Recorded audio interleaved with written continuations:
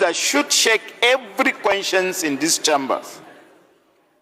On the 17th of November 2025, armed bandit attacks Government Girls Comprehensive College in Mega. Order, please. Order, please. Please. They kill Order, a vice please. principal and kidnap our school children. This is not an isolated incident, Mr. Speaker. It is not, because it is part of over 145 abductions that took place recently in Nigeria, ranging from Kebbi, Niger, Zamfara, and other parts of the country. Mr. Speaker, we know what is happening to our soldiers on the front line, particularly the story of General Musa Uba. Mr. Speaker, from the attack in Kwara, the one in the church, to Kasina Mosque massacre, to mining site attack in Kwara, and violent mob in other parts of the country like Edo State that took place some times ago, it is clear that this House needs to do something urgently. Mr. Speaker, the crisis now have several interconnected theaters. When you look at the Northwest and North Central, banditry, mass kidnapping, extortion, and rural terrorism is happening. When you take the Northeast, the issue of Boko Haram and ISWAP, mutation capable of hitting 100 targets. Mr. Speaker, if you go to South and maritime domain like oil theft and coastal criminality is happening, just like other part of Nigeria. But we should ask ourselves, Mr. Speaker, what is going on wrong? We must be honest with ourselves. Under policing and orchestrated and overstretched force, the chairman police have mentioned this. We know what is happening to our forces in times of joint operation. They are being overstretched. There are no enough manpower to face the situation. Mr. Speaker, in talking about what is wrong, our population is equally exceeding the manpower requirement, and the equipment that our forces have cannot combat insecurity. Mr. Speaker, the failure of safe school framework is equally one of the things that is bedeviling us. Having committed hundreds of billions of naira, yet our schools are still soft targets from bandits and other criminalities in the form of kidnapping. My previous colleagues who speak previously before me have talked about intelligence and technology gaps. Mr. Speaker, too many attacks happened previously in one area, repeating itself because of lack of preventive surveillance and so many other security problems. Mr. Speaker, I will not bedevil us with too much talk, but let me ask this question. What do we need to do as a House?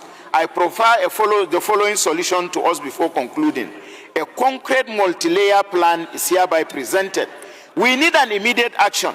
A joint resolution of both this House and the Senate to be able to tax the security agencies to come out with operational plans that will be able to address the insecurity and face the House in discussing it with Nigerian people on how we can bring this problem of insecurity and reduce it to the barest minimum. Mr. Speaker, a dedicated family liaison unit to give victim family truthful, timely update is equally important. When you look at what is happening in the social media, it puts the family of those kidnapped children into so many traumas. They don't have a dedicated trauma unit to go and get information that will be able to calm them down.